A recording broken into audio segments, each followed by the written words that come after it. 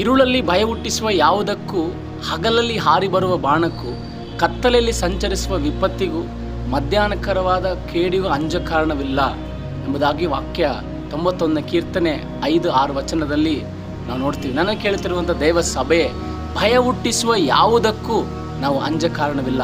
So ನಮ್ಮ ಜೀವನದಲ್ಲಿ ಯಾವ ವಿಷಯಗಳು ನಮ್ಮನ್ನು ಹೆದರಿಸ್ತವೆ, ಯಾರು ಈ ವಿಷಯಗಳು ನಮ್ಮನ್ನು ಭಯಪಡಿಸ್ತವಲ್ಲ, ಆ ವಿಷಯಗಳಿಗೆ ನೀವು ಹೆದರಬೇಡ್ರಿ ಎಂಬುದಾಗಿ ದೇವರ ವಾಕ್ಯ ಹೇಳ್ತದೆ. ಯಾಕಂದರೆ ಈ ಅಧ್ಯಾಯದ ಒಂದು ಪರಿಪೂರ್ಣ ಸಾರಾಂಶ ಏನಂತಂದರೆ, a perfect protection in God's presence, a perfect protection ಈ ಅಂಡರ್ ದ ಗಾಡ್ಸ್ ಫೆದರ್ಸ್.